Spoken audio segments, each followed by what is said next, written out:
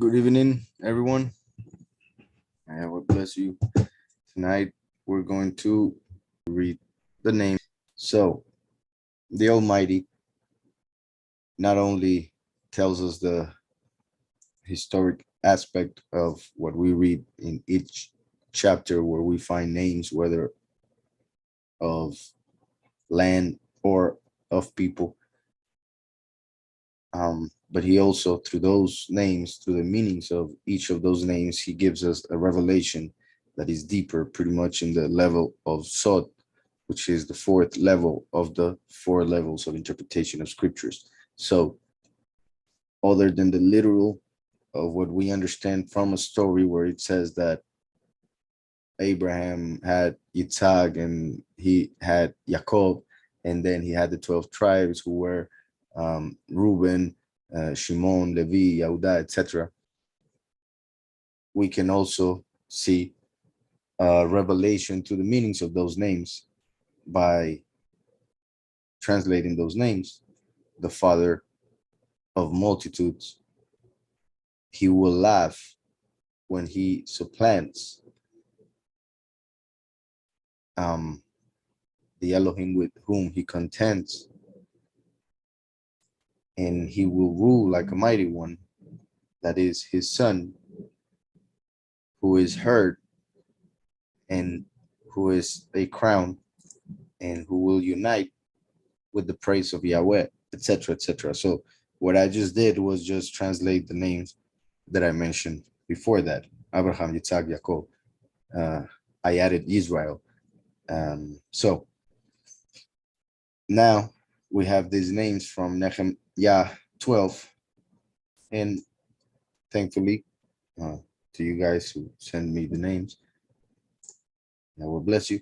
You can also see them on your screen. So I'm gonna begin, and as you can see, it begins with Levite, Zerubbabel, Shealtiel,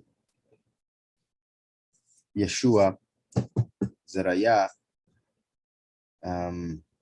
Yirmiyah or Yirmiyahu, etc. So I will go name by name. Also another meaning for Levi, just so you guys know, since it's not here. This is like the main one, but another meaning given to it is crown. So here in Nehemiah 12, we have Levites, the first name. It says join to. Then we have here garland or crown. Adhesion goes with join to. So crown is another meaning for it. So going back to those names, the crown is joined to the one who is sown in confusion or sown in Babylon.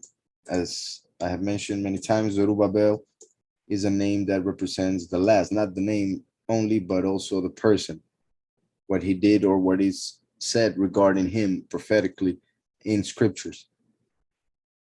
In the book of Zechariah, which connects with Revelation 11 when it speaks of the two witnesses, saying that they are mentioned in Zechariah, and when we go there, we see two people mentioned, Zerubbabel and Yahushua, the high priest, who is called here Yeshua, just so you guys know.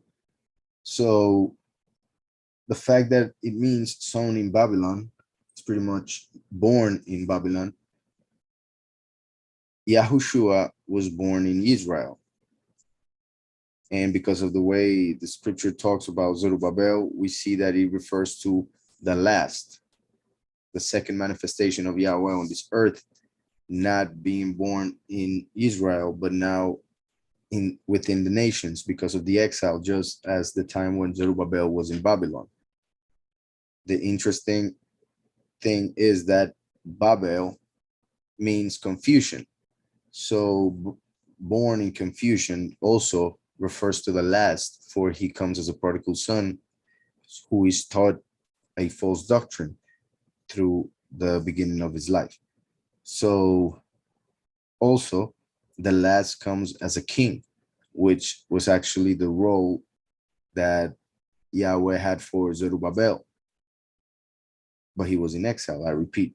So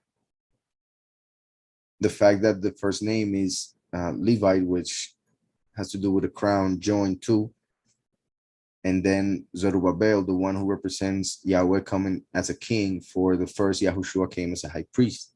So it fits the first and the second name, as well as the third.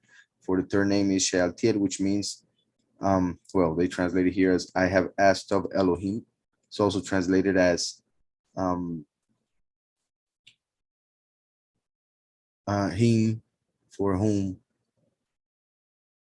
people have asked, or well, yeah, asked, from this part of the name. Or we could say, I have asked of Elohim. Shealti, I have asked El of Elohim. In scriptures, we see in Malachi 3 regarding the Messiah in the second manifestation, the first being called the sovereign who is coming to his temple, whom you seek, and then the Malach of the covenant, whom you desire. Normally, we ask for that which we desire. So what I mean by that is that Shealtiel is also a name that represents the desired of nations, the one that people have asked for. And obviously, people have asked for Mashiach, Yahushua, because of the forgiveness of sins that we all need. But that is what we seek. That's why that's what Malachi says regarding the first. The last is the one who brings the reward, the goodness, the shalom for the world, etc. So that's why people desire that, because of the state of the world. So a crown will be joined to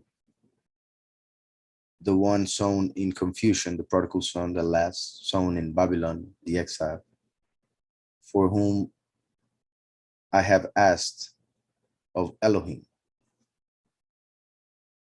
He is saved. This is interesting because, for instance, if it said Yahushua, the name of Mashiach, as it appears in Zechariah with the same person, he would say the salvation of Yahweh, or Yahweh will save. Well, Yahweh saves. Well, it would end up being pretty much the same, but just the way it is being translated here as just he saved is interesting, because the fact that he's sown in Babylon would mean that he's going to be lost, as the prodigal son was first lost, but then he was found. He was dead, but then he was alive before the Father, as we have seen in Luke regarding that parable.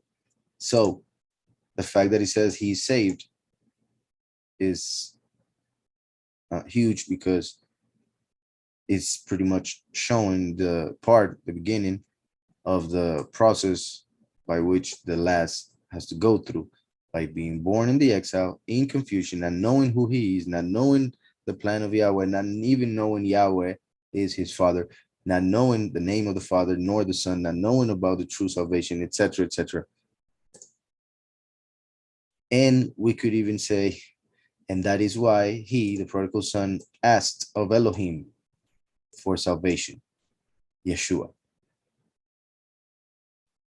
And since Yahweh is ruler, Yahweh appointed him. Since Yahweh is ruler, it is him whom Yahweh has appointed. And interesting that it has Yahweh's ruler before that, because a lot of people won't understand. Many do not understand.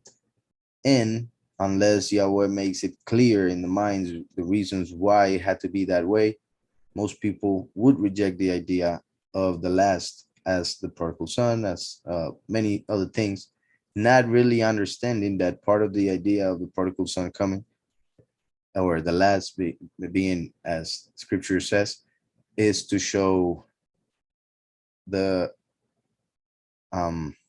well, what anybody could have and can achieve in Mashiach, the reward that Yahweh is willing to give a human being, the mercy that Yahweh has for a person who has been in confusion in Babylon, and also to condemn many who, even though they may have more abilities or more talents or whatever in this reality, in this world, they have rejected the Most High. So by that, they will have a testimony against it. So that, amongst many other things. But since Yahweh is ruler, it is him whom Yahweh has appointed and helped. Also, we could say whom Yahweh has appointed with a help. And I say that because Ezra connects with Eliezer, and Eliezer connects with Eliyahu. And we know that the last whom Yahweh has appointed comes with Eliyahu.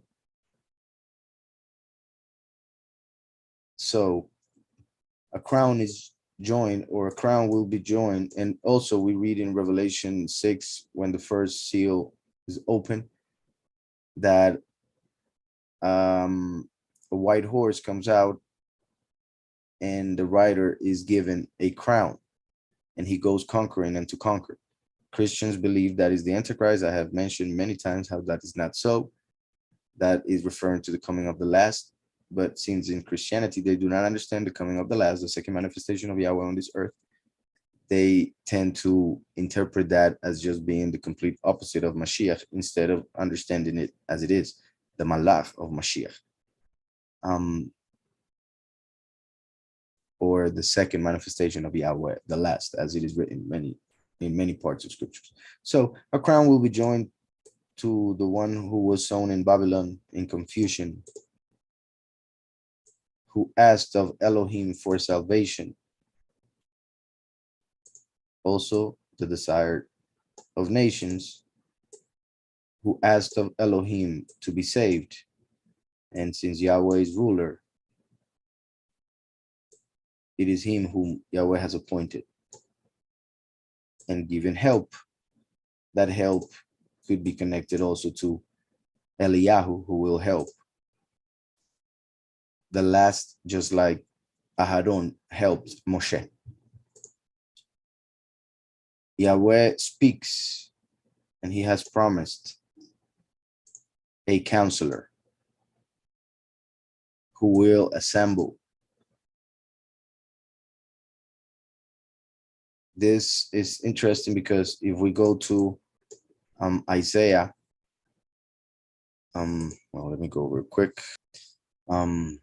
It says in verse 6, for a child is born unto us, a son is given unto us, and the rule is on his shoulder, and his name is called Wonder, Counselor. So we have here Counselor as one of the titles of the last. And why do I say he's the last? Because in a previous chapter, in chapter 7, is when Yahweh promised the first through a virgin who would be called Emmanuel. So Emmanuel is the name or the title of Yahushua HaMashiach. And what does that mean? Elohim with us, because the presence of Yahweh comes through Yahushua, through his name, as it is written in John 14:26. But then in chapter 9, Yahweh speaks of the last. And that's why it says, for a child is born unto us, a son is given unto us, and the rule is on his shoulder. So he comes as a prince. Yahushua came as a priest. Then it says, and his name is called Wonder, Counselor. Obviously, those two can and do completely fit Yahushua, but then we see something else. Strong El. This fits, and let me see also the Hebrew. Remember that Mashiach is the strength. The last comes, and through Mashiach establishes the kingdom, for we can do all things through Mashiach who strengthens us. So Mashiach himself is the strength, for he is the arm. The last is the hand who uses the strength from the arm. So the last is the hand, and just like the first and the last are Yakin and Boaz, the two pillars in the temple, Boaz means with strength. So the last is connected with strength, coming to the earth with the strength, obviously spiritual strength. That's why Samson or Shimshon was a representation of the last. But that physical strength is something that we must interpret spiritually, of course. So, because a child is born to us, a son is given, Natan Lanu, given to us as a gift. Normally, one desires a gift. And we see that connected with the desired of nations and what I mentioned regarding Malachi 3. Then it says, and it will be the rule over his shoulder, and he will call his name Wonderful, Pele. And just so you guys know as well, this name, like I said, connects also with Mashiach, and we see it in the book of Ruth, when Boaz, who marries Ruth, represents the last, and there is another person who was the first redeemer who doesn't want to marry Ruth. So he's called Peloni Almoni. Peloni comes from Pele, and it means wonderful. So that Peloni Almoni is referring to Mashiach. But then it says, counselor, and here we have mighty Gibor. Yahweh said that he would come as a Gibor in the end times, as a warrior, and that is the last. So this title fits the last. Then it says Avi Ad, which means father of eternity. Father of eternity. Let me see how they translate it here. The father of continuity. Continuity. So Abi, my father, Ad, as in Ad in Hebrew is pretty much until. So the father of all the time, until forever.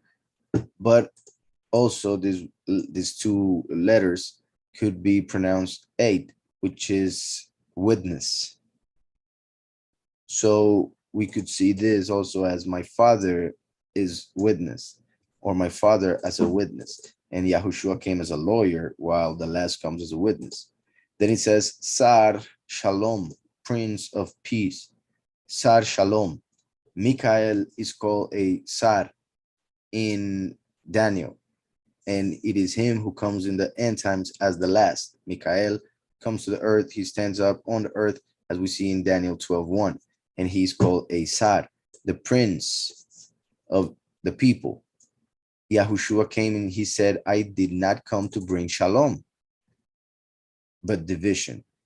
The last is the one who comes to bring shalom, as also the prophet said, when a prophet appears and he proclaims shalom, and shalom finally happens, that is the prophet that Yahweh sent. It says prophet, not Mashiach. So the last is the prophet that will bring the shalom, and that's why he will be called Sar Shalom. Yahushua brought spiritual shalom, the shalom that surpasses all understanding. The last brings physical shalom in the sense of in the world, but clearly through what we see prophesied in the book of Revelations, so through plagues. Finally, the enemies of the Most High will be destroyed, and then there will be shalom. So he will be called Sar Shalom. You see, Sar is pretty much the root of this word right here, You see Sad right here, Sad right here. This is a fountain or a source. So the source of the prince, that's why it's the rule that will be over his shoulder. So the source of the prince of power. This is the article, right? So also these two letters, which you see here instead. Let me see if I find the word Israel around here. Here it is. You see Israel. This would be in Israel. So let me take out the in, and we have Israel. So you see how Sad over here is also the root of Israel. So the Yud right here is third person future masculine. So this would be like saying he will rule like the mighty one, El. Or he will rule with power. That's what Israel means. And Yahushua came as a priest. The last comes as a king. Yahushua was represented by Yitzhak. He will laugh. And that's what the name Yitzhak means. And Israel represents the last. He will rule like the mighty one. So we see Sar as the root of these words. They are also the root, we could say the two-letter root of the word shor. It's not here, but you guys, or some of you guys remember it or know it. Here we have shor, which is the bull, the ox that is sacrificed on Yom Kippur, the last. Again, so we see the clear connection of those two letters with Mikael, with the power, authority to be prince, with the name Israel, with the people of Israel, with the sacrifice of Yom Kippur. If we turn this to the front and put this right here,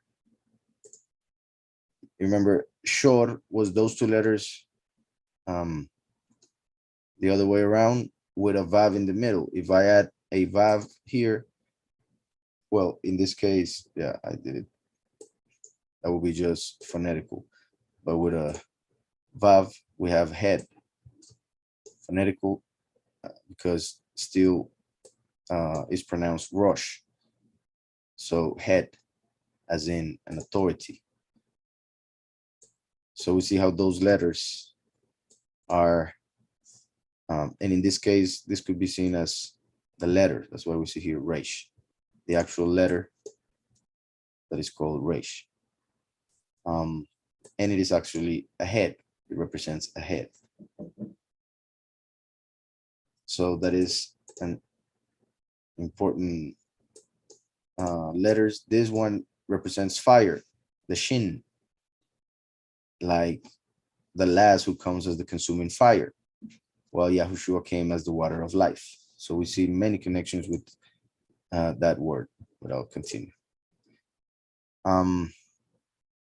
So all of that just to show that this verse is referring to the last and not to the first. And I think it's important to know because obviously because of how Christianity thinks of Mashiach,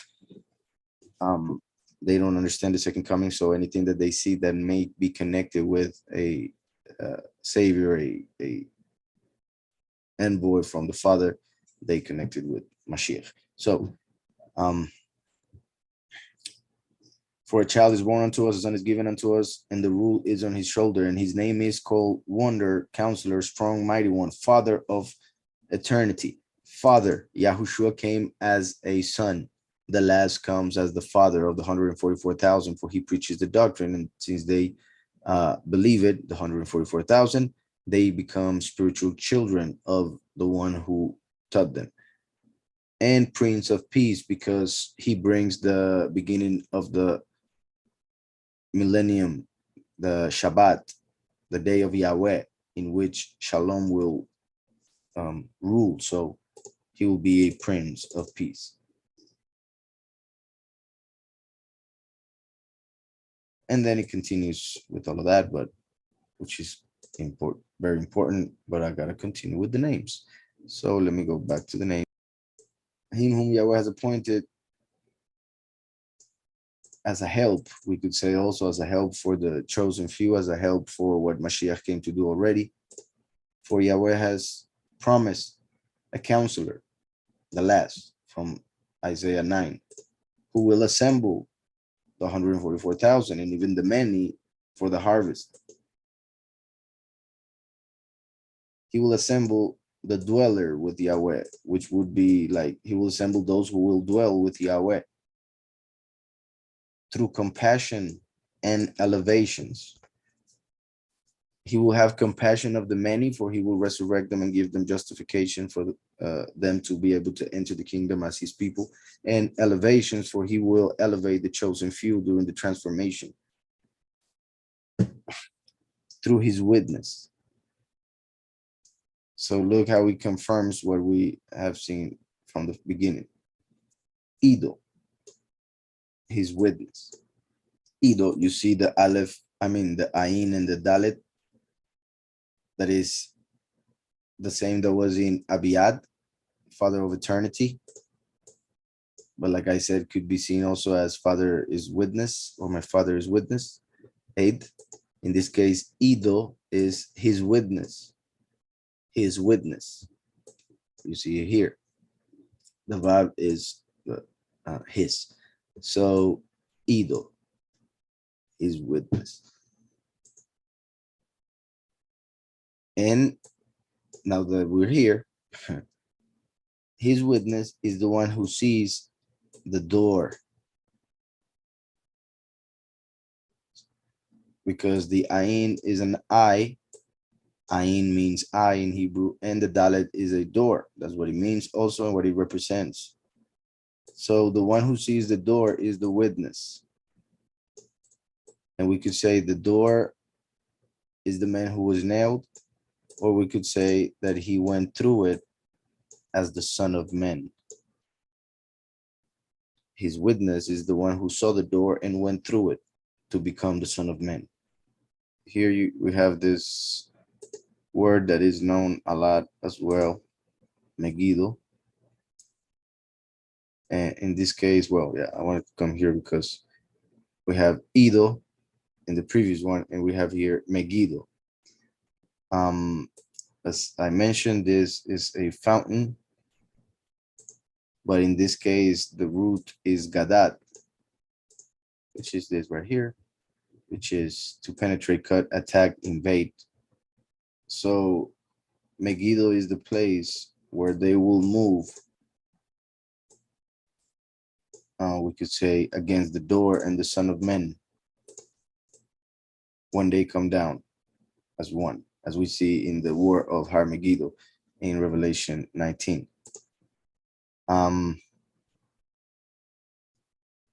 But also my point here is that this too, like I mentioned, the other one was Ido. Here we would have this, in this case, because of the Gimel, Guido, and in this case, this is the person going through the door. But yeah, going back to the names. So he will assemble those who will dwell with Yahweh, of whom he had compassion, and those who received the elevations through his witness, the gardener. Remember that when Mashiach was resurrected, Miriam saw him and she thought that he was the gardener. So that connects the first and the last. Also, when Lucifer appeared, or Satan appeared to Chava in paradise, by being, well, there are two ways in which we could see it. The fact that Adam was her husband and they were the only two there, when somebody else appears and starts talking to her, um, she could be uh, thinking that he was something in charge of that place, or somebody else that Yahweh has placed there to be in charge as a gardener. So when Mashiach resurrects, he pretty much takes the spot of the one who brought, um, in the beginning, death to the world, now bringing life. The serpent, Nachash 358 numerical value, told Eve to eat of the fruit of knowledge of good and evil, and she did. So death entered for humans to know evil. But now Yahushua, being resurrected, told Miriam to eat of the fruit of life, and then eternal life enter reality through our belief in Mashiach. But also we know that Yahweh placed Adam to take care of the garden. So we could say that Adam was the gardener and Yahushua came as the last Adam. So because of the same fact that death entered through one man, so it had to leave through one man, or life also had to enter through one man, that being Yahushua, the last Adam. So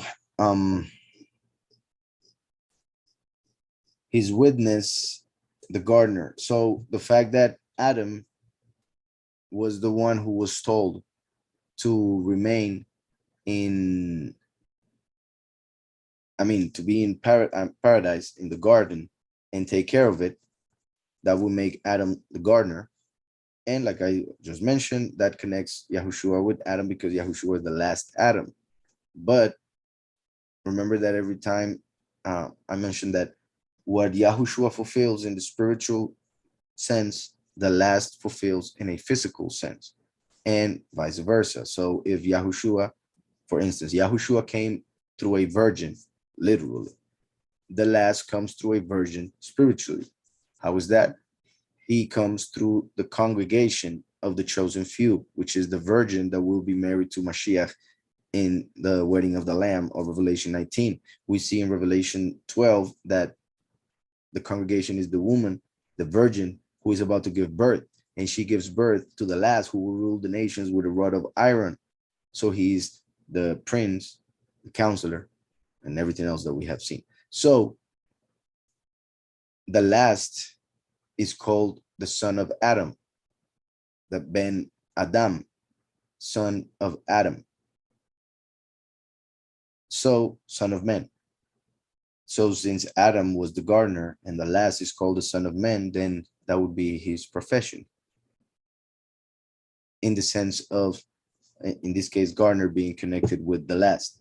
In fact, in Judaism, here we have the name Adam. And obviously, Aleph is the first letter of Adam. So Adam, then we have the Dalet, which is the first letter of David, and also uncle.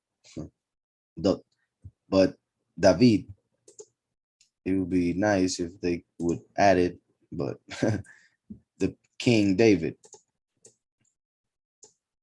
And then the last letter was the mem, right? But when a mem is placed in the beginning of a word, is this one. So mem is the first letter of the word Mashiach. So in Judaism, Adam is interpreted to mean that he would come first as the first human, Adam, who lived 930 years. Then he would have reincarnated, according to Judaism, as King David, who, according to scriptures, lived 70 years exactly. So that gives us 1,000 years. And to Yahweh, one day is like 1,000 years.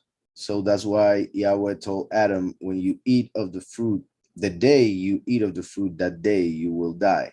So Yahweh gave Adam 1,000 years of life, divided in Adam and David, 930 and 70 years, making 1,000. And then in the end times, according to Judaism, he would appear as Mashiach. But remember that in Judaism, they believe in two Mashiach. Mashiach ben Yosef, Mashiach ben Yehuda, or Mashiach son of Yosef, Mashiach son of Yehuda, the tribe. And when we talk about Mashiach ben Yehuda and Mashiach ben Yosef, as we find them in Genesis 49, Yehuda ben Yehuda would come first, and then ben Yosef, in the order that we see in Genesis 49 and throughout the prophets and a bunch of other things. So when we talk of two Mashiach, being Mashiach written with a mem, but one being first and one being last, when a mem is written first, it is written in that way. But when it's written last, it's written in this way. So these two letters would represent first and last. The first, Mashiach ben Yehuda, Mashiach ben Yosef. Yahushua came when the world was still incomplete. That's why the letter is incomplete. It has a hole. Just like the apostasy came right after Mashiach came and made a hole in the doctrine. The last comes to complete the world.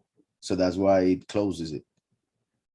It's the last part missing for all the prophecies to be fulfilled and for the world to be completed. So the fact that the last is represented by this mem, and that mem is the one that appears in the word Adam, pretty much would connect that interpretation that Jewish people have with the last, not with the first, for the first came directly from Yahweh through a virgin, while the last had different stages in which he came down to this reality first, even as a malach, like I have mentioned, as Mikael. So let me go back once again to the names. Here we go. So through his witness, the gardener, Adam. That's how we went all that time with Adam. All right. So through his witness, the gardener, whose father is Yahweh. So Mashiach, first and last as one. We could say last, his witness, first, gardener. And we could also say just the last or just the first, but the fact that it says Yahweh is my father connects it with them being one already. And we know that the prodigal son was the brother of the one who never sinned, which represents Yahushua. So through his witness and the gardener, whose father is Yahweh. So we have here Miyamin, from the right hand. Now, if we see whose father is Yahweh from the right hand, that's interesting because in as we know, Yahushua is the one on the right hand of the Father. But if in this case is the Father, the one on the right hand, that would mean that the person speaking is the one on the left. And we see in Isaiah 45 that Yahweh says that he would hold the last from his right hand. So if Yahweh holds the last from the right hand, that means that the Father is on the last's right hand. So whose father is Yahweh from the right hand? Now, if we talk about Mashiach coming from the right hand, then whose father is Yahweh? Or whose father is Yahweh, or the one who is from the right hand, who has been adorned by Yahweh and who brings cheerfulness. Or as I was saying, whose father is Yahweh from the right hand. He is adorned by Yahweh with cheerfulness. He is heard by Yahweh, and Yahweh contends, for Yahweh has known and has weighed, as in judged, that which he has known. He contends. That's interesting. For instance, since Mashiach never had to sin, and never sinned, then he never had any accusations against him because he fulfilled everything. So Satan had nothing against him. So he influenced the Pharisees in order for the Pharisees, through falsehood, to be able to kill him. So Mashiach, because of his perfect life and fulfillment of the Torah, is innocent. And when he was killed, Yahweh just raised him up, fulfilling what the Torah says, that he who fulfills the Torah will live by those commandments that he fulfills. But when it comes to the last, there are several representations in scriptures of the fact that the last needs mercy, for there are accusations against him brought by the enemy before the Father. So the Father has to contend with the enemy. Like when the enemy asked Yahweh to do something with Abraham because he wasn't bringing sacrifices ever since he had a son.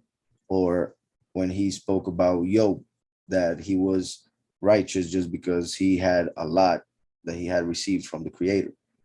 So Yahweh had to contend in the sense of defend, go against the accusation, and even allow the enemy to do certain things to show the enemy that he was wrong and to raise the person above the level in which he or she was. So he's heard by Yahweh. So Yahweh contends. So when the last is going through tribulation, he cries to Yahweh and Yahweh hears, and therefore Yahweh contends with the enemy that is coming against the last. For Yahweh has known, he knows our hearts, and he has weighed, he has judged to be deep. So we could say to be deep, well, there's, as we know, in the negative, the bottomless pit is deep, is bottomless. While in the positive, the wisdom, knowledge, understanding, the scripture is deep. The more we get into it, we find how deep it is.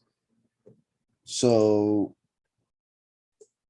he was heard by Yahweh, so Yahweh contends, for Yahweh has known and weighed to be deep. For instance, the love of the last for Yahweh, and it is love which fulfills the commandments. So through that love, which covers a multitude of sins, through the love that the last, being the heart of the congregation, has for Yahweh, makes Yahweh forgive him, reveal Mashiach the first, the salvation to him, so that the enemy can have no accusation against him. And the same thing that happened to the first may be fulfilled with the last, in the sense of being resurrected and help the congregation to be justified. So Yahweh has known and has weighed to be deep. For his portion is Yahweh, or for my portion is Yahweh. Yahweh has known the one that he has saved, or Yahweh has known and he has saved. Here, the fact that it says join to he is saved, or join to Yeshua, we could say that the last is joined to the first who brought the salvation, as we see in Ezekiel 37, Zechariah 14:9, and other parts of scriptures. The last will be united with the first once he's resurrected. So obviously we could also repeat what I just said. Yahweh has known and he has saved and has joined to salvation what he built up, or has joined to the one he saved that which he built up. So the one he resurrected, the last in this case, will be united with the temple, the 144,000 which he built up, which is a temple for the Elohim of the beginning.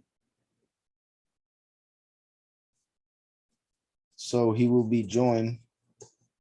I'm sorry, let me say it once again. Yahweh has known and he has saved.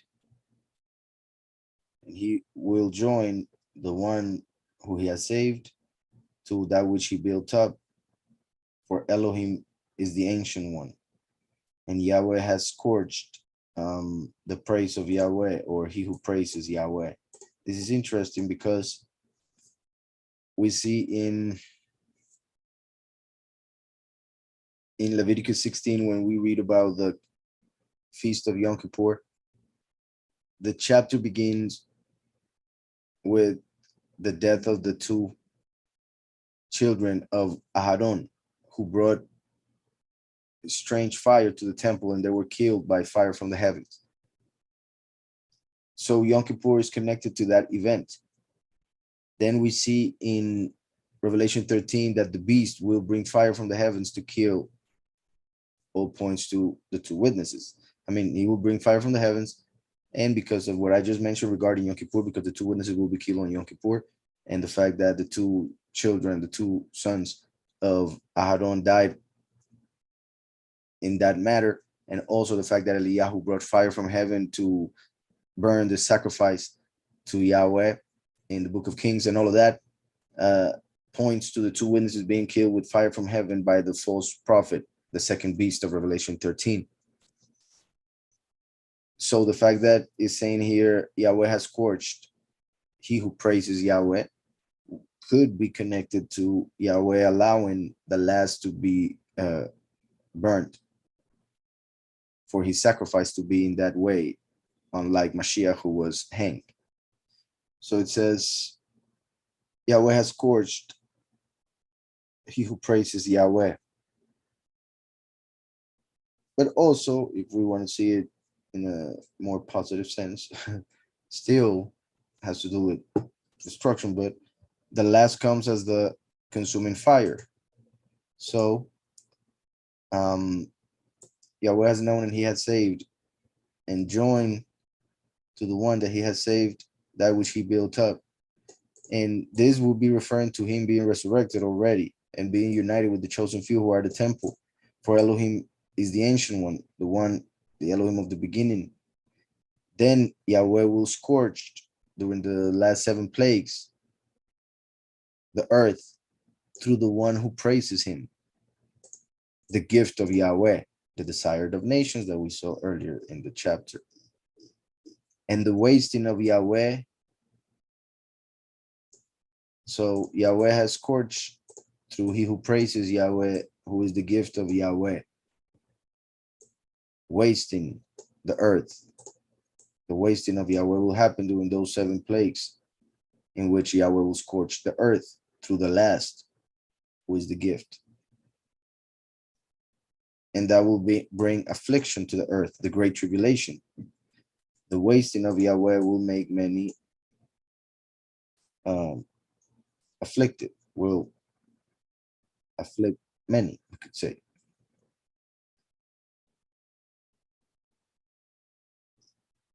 Remember also, Mashiach was afflicted for our sins, and so will the last, like I just mentioned. And we read it in Isaiah 53, how his affliction will be, will bring a reward that will satisfy Mashiach when he sees what he receives for what he went through, as well with the last and the few and even the many. Once Yahweh gives the reward, everybody will be fine with whatever pain, whatever struggle, whatever anything they suffered while on this reality. So we could say Yahweh will scorch through the praise of Yahweh, who is the gift of Yahweh, during the wasting of Yahweh, through the one who was afflicted, but that he saved when he raised them up from the dead. For Yahweh raises up him whom Elohim restores, or Yahweh raises up and Elohim restores. Interesting that it has those two, Yahweh, the name, and Elohim, the title. Yahweh is connected with mercy and Elohim with judgment. Because of his mercy, he raises up the last and the many. And through judgment, he will restore the earth to his owners, which are Israel, to whom he promised the land. And obviously everything else that Mashiach says regarding the poor and those who have faith and who are thirsty for justice and all of that. So Elohim restores those who Yahweh knows, as in Yahweh knows those who love him, so Elohim will resurrect them.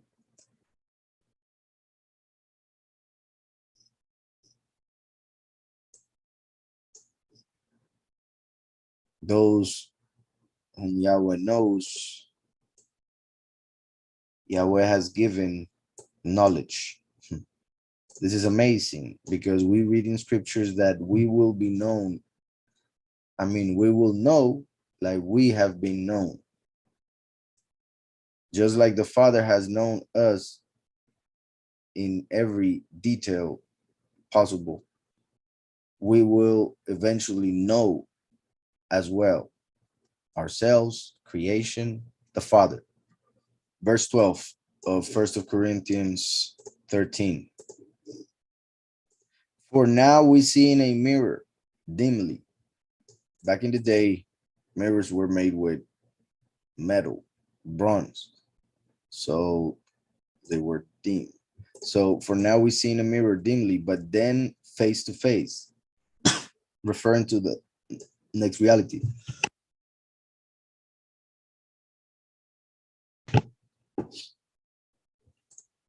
Now I know in part, but then I shall know as I also have been known. I shall know as I also have been known. So the Father knows all about us, but then we will know all about him as well, about creation and everything else, which will be obviously wonderful. So look how, but then, and this is Paul speaking, Paul who represents the last. And he says, then I shall know as I also have been known. If we go back to the names, we have Yahweh knows, and Yahweh has given knowing. So Yahweh knows us. In that reality, Yahweh will give us that knowledge as well. We will know as we have been known. So then I continue. Yahweh raises up for Yahweh's ruler. He can choose who he raises up and who raises up for life and who he raises up for judgment. Yahweh raises up for Yahweh's ruler. This could be seen as the rebellion against Yah, Yah, or my rebellion against Yah. Well, let me see if verse 12. Yah. You see here, Mara is bitterness, or well, rebellion in this case. Mara is also bitterness, but in this case, because of Meri, that is rebellion. And I said against Yahweh because we have Yah right here, so we could even include it. So rebellion, like the apostasy. Isn't it interesting that this could be seen as the name Maria, which in English is called Mary?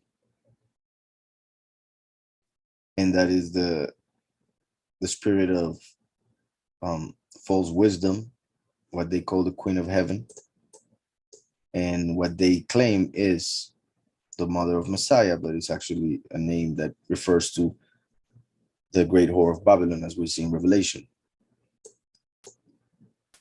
So that is rebellion. The concordance, look, the same letters, Mem, Resh, Yud, Hey, we put them in the translator, and we have Mem, Resh, Yud, Hey, Maria. And we put this like Mary. So Merayah, rebellion. So Yahweh raises up for Yahweh's ruler of those in rebellion. So no matter if they are rebelling, Yahweh is still the ruler.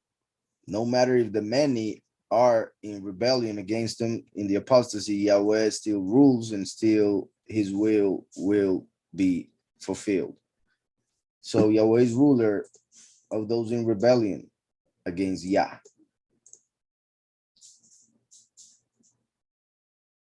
Those whom Yahweh has appointed, Yahweh has favored and given help because of that favor. As a friend gives help, but also we could say that to the last. So remember, Yahweh was earlier, and he represents the last. So him whom Yahweh has appointed, Yahweh has favor with help, with the help of a friend like Eliyahu. So the last, he's given a friend, Eliyahu, to be his help. Also, we know that Mashiach came to become a friend by giving his life for us. So Yahweh gives the last the salvation through Yahushua, the friend.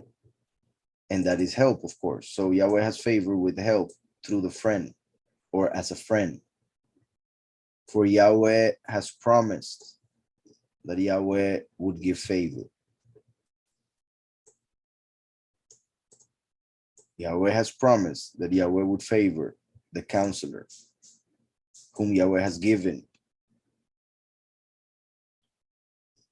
who will be increased by Yahweh in power and knowledge, which is also interest. Oh, we could say that, yeah, in a way that happened with Mashiach, but was not as clear because Mashiach was born through a virgin. He already knew who he was. At 12, he was speaking with the Pharisees and teaching them. And then when he was 30, he received the Ruach. So there was a different level there when he was immersed in the Yarden. And then when he was resurrected, he was brought to the highest level possible. But with the last, it is more pronounced, for the last is born in confusion. So he's not even in zero, he's minus zero when it comes spiritually. So he has to come out of that hole and then begin from zero to grow until he realizes who the Father is, who the Son is, who he is, what he has to do. And then the Father keeps increasing, just like he does with all the chosen few, in blessing, in knowledge, in wisdom, life, joy, etc. So Yahweh has favored the counselor that Yahweh has given and who will be increased by Yahweh. Look, the name that comes after, Joseph, the ancestor of the last. So it will be increased by Yahweh, Joseph, the one whom Yahweh has added. For Yahushua is first, and then Yahweh added a second manifestation, that being from Joseph, who is dedicated. Interestingly enough, tomorrow is the day of dedication. The Feast of Dedication begins tomorrow and it goes for 8 days. Yahweh has added whom he has dedicated to give rest and pleasure, to give rest to the rebellion, we could say, to end the rebellion, to end the apostasy, or even to give rest to the rebellious, for the many will receive rest after they die. Yahweh has added the one whom he has dedicated to rest, or to bring rest to the rebellious, to bring a rest to the rebellion. My portion is Yahweh. So we could say the portion of Yahweh is his witness, or the portion of his witness is Yahweh. So the portion of his witness is Yahweh. Yahweh remembers the gardener, connecting it with the previous part that we saw, who is the friend. So we could say, since Yahweh remembers what Yahushua did when he resurrected and was thought to be a gardener, being a friend, giving us life, so that he can become our father. Or we could say, his witness, Yahweh remembers, for he's like a gardener and a friend whose father is Yahweh. He will be, or he is memorable. And from the right hand, the set time of Yahweh for my deliverances and cheerfulness. So let me go back a little bit. So whose father is Yahweh, who is memorable. Remember how earlier it said, Yahweh remembers. Sechariah, Yahweh remembers. Now Sichri, memorable, or my memory. Different name, but we see the connection as in the context, still talking about remembering. Yahweh remembers the gardener, his friend, whose father is Yahweh. He's memorable. And from the right hand, the set time of Yahweh. Remember that Yamin, right here, Yamin is right hand, but that could also be seen as Yomin, which means days. Benjamin means son of days. I mean, son of the right hand, but Benjamin means son of days. Those two names pretty much, or those two pronunciations were given to Benjamin, the son of Jacob, because Jacob had him last. So the son of the last days of Jacob. So with that name, it represents the last, who comes in the end times as the last. But with the name, the son of the right hand represents Yahushua the first, who is at the right hand of the Father. Here we have a similar name, Min Yamin. Min, instead of Ben, means from. So from the right hand, or from the end of days, from the last days. So whose father is Yahweh? He's memorable, from the last days, or from the right hand. Yahushua, who is at the right hand, is the one who gives us forgiveness of sins, and he came 2,000 years ago, and that is something which we must remember, and that Yahweh must keep in mind in order to bring salvation when the time comes. The set time of Yahweh, as we see in the name Moadiah, or Moadiah. The Moedim are the feast of Yahweh. So Moadiah is like saying the feast of Yah. From the right hand, salvation will come on the Moed of Yahweh. Shemini said it, the transformation of the seventh trumpet. So whose father is Yahweh, he's memorable. From the right hand will come Mashiach at the set time of Yahweh, to bring deliverance and cheerfulness. For he is renowned and heard by Yahweh. He's the intercessor. who Yahweh has given. Yahweh contends through the gift of Yahweh, for Yahweh will contend with the enemy, with Satan, and with the people who are against him through the last, who is his voice. Yahweh contends through the gift of Yahweh that Yahweh has known to be strong. He has weighed that he is swift, or he has weighed in a swift way, to be deep once again. That could be said, he has judged that his love is deep, or he has judged that his knowledge is deep, his understanding is deep, from the region beyond. That's interesting because in Isaiah 45, we see that Yahweh promises the last to give him treasures from the deep. And also to Joseph in Genesis 49. So what Yahweh promises to Joseph, which comes to the last descendant of Joseph, is referred to when talking to Cyrus, the emperor of Persia, who conquered Babylon. So he represents the last who comes to conquer the spiritual Babylon. So those two things are said to him as Yahweh speaking to the last, saying that he will give the last deep and profound knowledge. So, for he has weighed or judged swiftly to be deep from the region beyond, or he was judged and swiftly went to the deep of the region beyond when he is killed and sent to Sheol. My portion is Yahweh.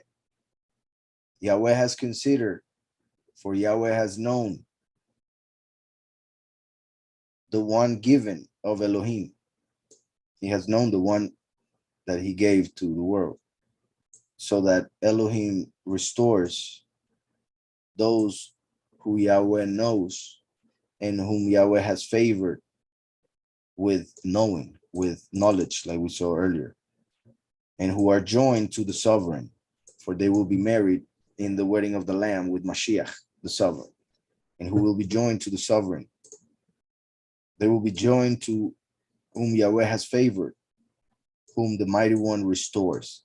So we could say, after the few, those whom Yahweh has favored with knowledge, are joined to Mashiach, then they will be joined to the many that he restored and favored with resurrection. They will be joined to those whom Yahweh has considered, whom Yahweh has scorched, but that he saved. So they will be joined with the last whom Yahweh considered, the world scorched, but Yahweh saved, resurrected. For he is the Elohim of the beginning, the ancient one, who is beloved. Look how the name David appears here after we see that they will be joined, for Yahweh has considered, to the one that Yahweh has scorched, but that he saved, as the Elohim of the beginning, the Elohim of David, as in David being the one who will be raised up through the last, as I was mentioning with the name Adam, David, and Mashiach, referring to the last. And we see in Jeremiah and other parts regarding David being raised up to rule over the throne, like we saw also in Isaiah 9 when we were reading about the last being the counselor and all of that. The verse that was following was referring to how he will sit on the throne of David. So the fact that his name appears here is interesting, because they will be joined, for Yahweh has considered, to the one that Yahweh has scorched, but that he saved, as the Elohim of the beginning, for he is the ancient one of David, the beloved, who is the gift of Yahweh during the wasting of Yahweh at the end times. The servant of Yahweh, who is a friend, who will oppress the insidious, who will oppress. Then we have Yahuyakim. Yahuyakim has obviously the name of Yahweh in Yahu, but the word Kim, which is from Kum, which means to get up, and that is a word that is prophetically connected with Joseph because of the dreams that Yahweh gave him in Genesis. So the gift of Yahweh during the wasting of Yahweh, the plagues in the end times. He is the servant of Yahweh, a friend, the oppressor of the insidious. So he comes to oppress the enemy, Satan. He is the one, not Satan, but the friend who oppresses the enemy is the one Yahweh raises up as the prophecy of Joseph, and who he saves, or he will raise him up when he is saved in the resurrection. For Yahweh is righteous, and Yahweh comforts, for he gives help through joining us to the teaching of peace, the instruction of shalom that is dropping from the heavens to the earth, or also we could say that they are dropping for people don't believe in it, meaning the rebellious. But the fact that Gilgal comes after a wheel, a rolling, just like it is written that Yahweh make the circle of the earth. So joined to the teaching of peace, the instruction of shalom that is dropping to the circle, to the wheel, to the earth, the wheel of life. As from a hill, this is interesting also because we read in Daniel 2, and I'm not going to go read it because then we're not going to finish anything. In Daniel 2, we see that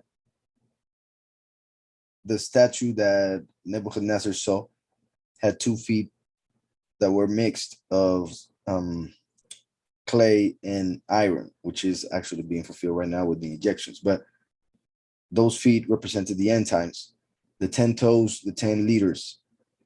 Then a stone was cut from a mountain in the heavens, meaning the kingdom in heaven, without human hand, meaning by the Father himself.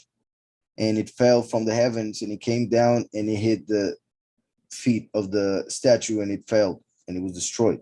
And then that stone became a mountain, and that is the kingdom of Yahweh being established on this earth.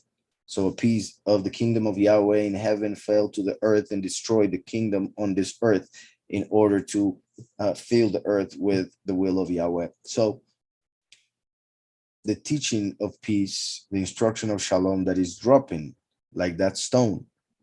In fact, teaching, instruction is also connected to throwing, as throwing an arrow with a bow, like the last comes with a bow, throwing shalom. That's why he comes on a white horse, who is dropping like that stone of Daniel 2 to the wheel of life, to the earth, to the circle, as from a hill, strong unto death, strong to destroy the new world order unto death, because he will be sacrificed by the beast. And through it, he will instruct shalom and will be joined to Yahudah, to Yahushua. After his death and resurrection, he will be joined to the praise of Yahweh, for we praise Yahweh through our belief in Mashiach Yahushua. The one Yahweh has saved will be praised, or is the praise of Yahweh. Yahweh has helped with help like a friend, or Yahweh has helped through the help of a friend. Eliyahu to the last, Yahuchanan the Baptist to Mashiach, Mashiach the first to the last to the chosen few, etc. He who praises Yahweh is the son of the right hand, who is heard by Yahweh. He's the intercessor, whom Yahweh has appointed.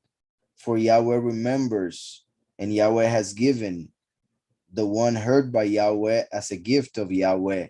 For he who is like Elohim, or for he is like Elohim, the mindful gatherer. He's mindful, for he remembers the promise, and he will remember each person that must be gathered during the harvest. He who is heard by Yahweh is the one Elohim has helped. He's eloquent and we could say here, he comes with judgment, or we could say that he is honorable, heavy, in the sense of kabod.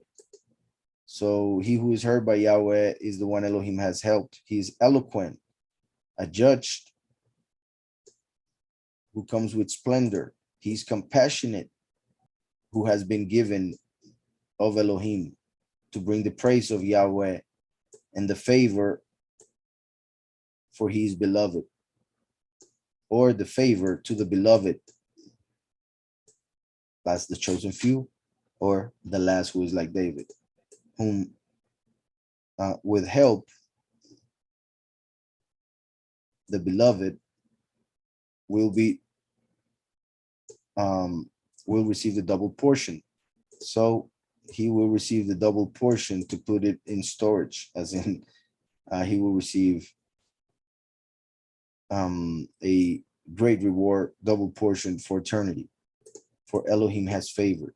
Elohim raises the work of Yahweh, or Elohim sets up the work of Yahweh, as in the temple, the chosen few. In this case, from the right hand will refer to the sacrifice of Mashiach the first, to give us salvation through his death and resurrection. So Elohim raises the work of Yahweh from the right hand, who is like Elohim.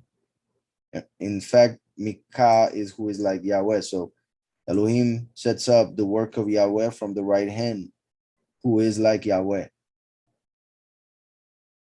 Unto Yahweh are my eyes. Yahweh remembers, and Yahweh has favored. The work of Yahweh is heard by Yahweh.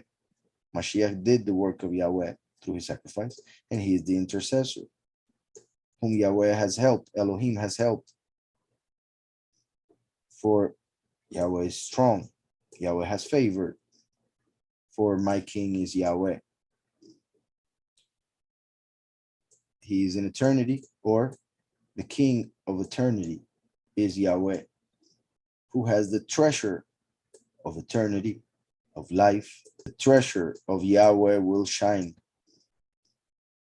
with the instruction of Shalom, because we know that wisdom and knowledge are better than gold and silver. So my king is Yahweh, who has eternity in his treasure, which will shine through the teaching of Shalom, that will be joined to those who praise Yahweh, who are beloved, or who love Shalom, and who are beloved by the gatherer, who are beloved by the one who gathers them, the one who comes to harvest, harvest the chosen few and the many, the one who will rule like the mighty one, who contends with the mighty one of this world, who was sown in Babel, who was born in confusion.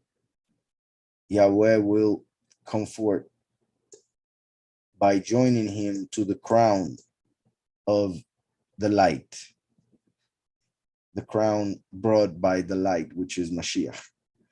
So look how it ends. It takes us back to the beginning by mentioning Zerubbabel.